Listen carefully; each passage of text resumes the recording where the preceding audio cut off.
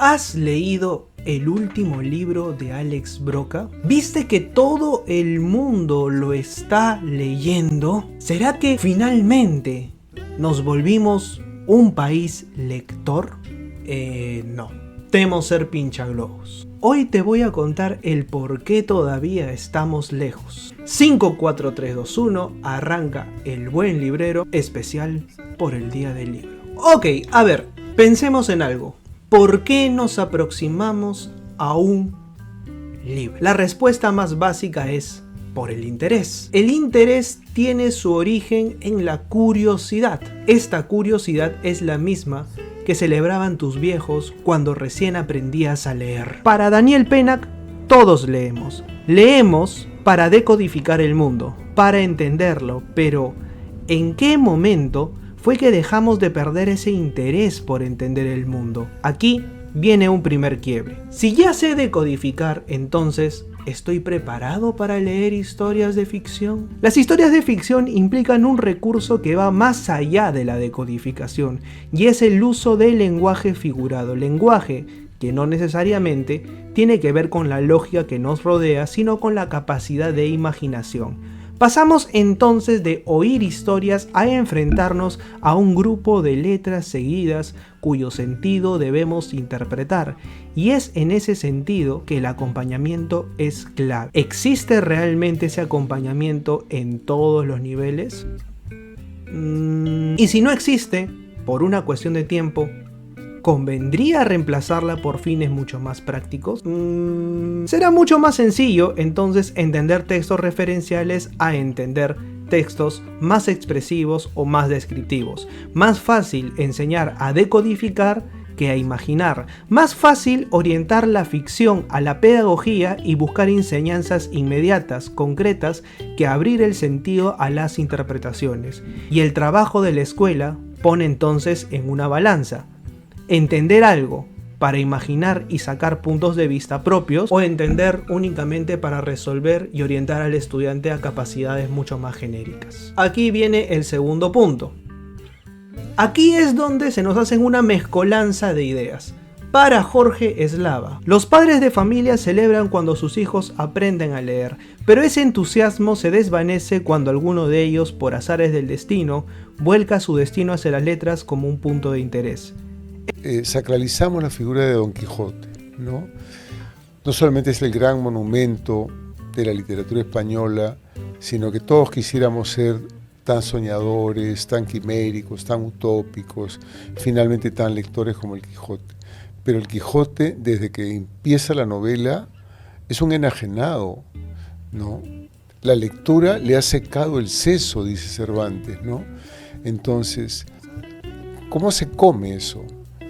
El profesor de literatura habla maravillas de Cervantes, pero no permite que ningún estudiante sea un Quijote, para que tenga su propia interpretación de un texto. Es decir, por un lado celebramos la lectura literaria como algo positivo, pero por otro entendemos que en el mundo real esta no tiene mucha cabida. Entendemos que la lectura es buena, pero empaquetamos dentro de ella a todos los tipos de lectura que existen, y para cada tipo de lectura se tiene o se tendría que hacer un trabajo diferenciado y especial, sobre todo para la lectura de narrativa o de ficción. ¿Están preparados los docentes peruanos para esa tarea? Vamos al currículo educativo nacional, que está dividido por competencias y capacidades.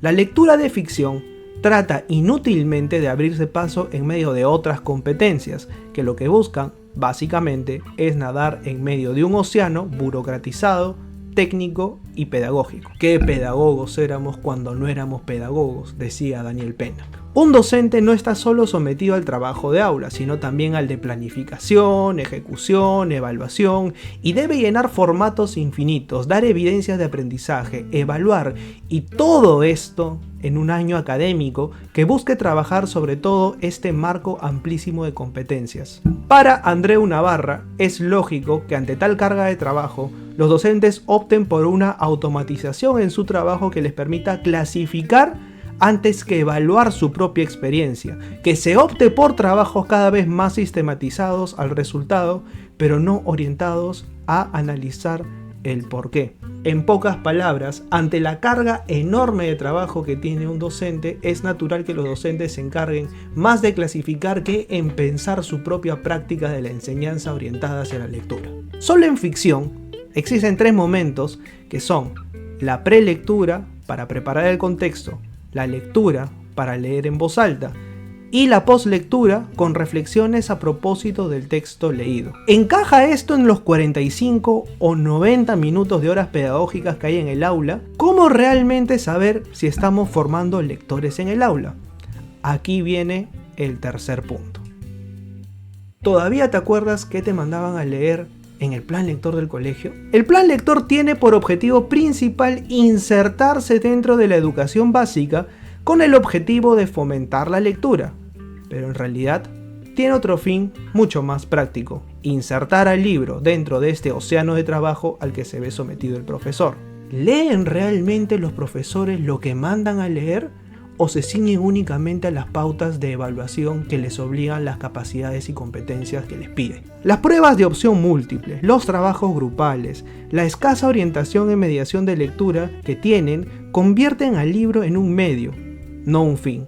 Sí podemos en cambio diagnosticar algo: si el docente no es el principal lector dentro del aula, ni se ha generado el hábito de la lectura, ¿cómo va a contagiar esto a sus estudiantes? A esto se le suma algo todavía mucho más grave, es decir, y vamos a decirlo con todas sus letras, el libro en el Perú es un lujo al que pueden acceder únicamente determinado tipo de personas. Sí, ya sé que vas a decir en este punto: claro, Gianfranco, pero en Quilcas y Amazonas se pueden conseguir libros baratos y a buen precio. Sí, evidentemente, pero este conocimiento de saber qué libros comprar y cómo formarme el hábito lector ya requieren de otro tipo de capacidad cultural, es decir, la capacidad de poder saber qué libros son los adecuados para seguirme formando. Si es que hablamos de libros especializados, es probable que estos libros no se encuentren en estas librerías alternativas, y si es que vamos a conseguirlos en librerías de cadena o en librerías independientes, vamos a encontrarnos con precios realmente exorbitantes. Entonces, Gianfranco, si los profesores y la educación, si el sistema no nos favorecen, ¿cómo explicas el fenómeno de Alex Broca y su libro?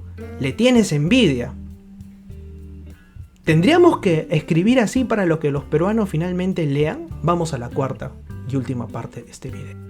En este punto quiero referirme exclusivamente al fenómeno Broca como eje de análisis. Vamos punto a punto. Se trata de un libro delgado con pocas páginas, escrito en lenguaje sencillo y con una historia oculta. Esta historia oculta le pertenece a un personaje público que motiva el interés de validación de quien busca leerlo. Para Nani Peace, la adolescencia es esa parte del crecimiento humano en la que validamos o invalidamos nuestra identidad. La validación aquí es importante porque tácitamente nos remite a otra pregunta: ¿es Ernesto Pimentel un personaje al que debería o no debería seguir pese a conocer su historia oculta? Independientemente de si este conocimiento es trascendental o no en nuestras vidas, para quienes leen el libro existe la búsqueda de la aprobación o desaprobación de lo que ellos creían hasta antes de leer el libro.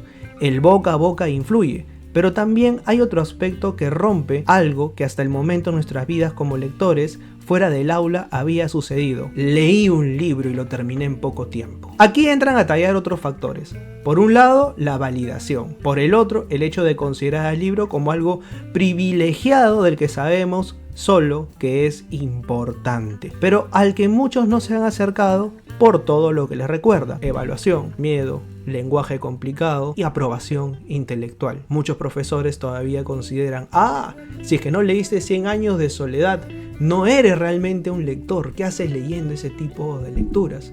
Esto ha hecho mucho daño. Conclusión: satisfacción inmediata. El libro de Alex Broca lo que provoca es satisfacción inmediata. Para Barico, una biblioteca es eso que los seres humanos dan vida y forma en torno a las diferentes edades de su vida.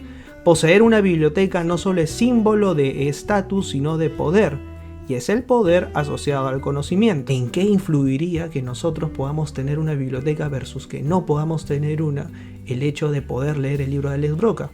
La mayor parte de la difusión del libro de Alex Broca se dio por medios virtuales, gente que lo leyó literalmente estando en WhatsApp.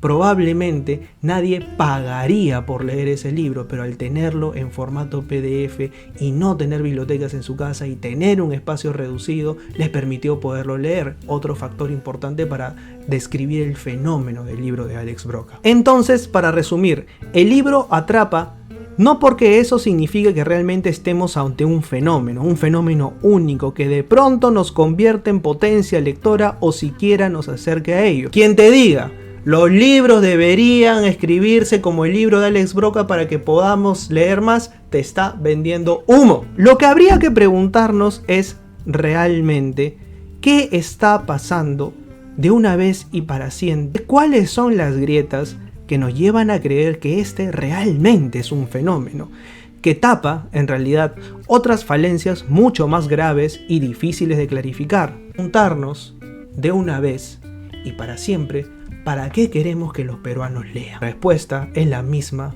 que le doy a mis estudiantes. Quiero que lean porque quiero un país mucho más crítico. Un país crítico que cuestione los conocimientos establecidos y que se anime finalmente a crear. Quiero una sociedad mucho más crítica y una sociedad crítica que no busque solo cuestionar, sino elaborar posibles mejoras. ¿Seremos capaces de entenderlo de cara al día del libro o seguirá siendo una ensoñación? Déjamelo aquí en la caja de los comentarios.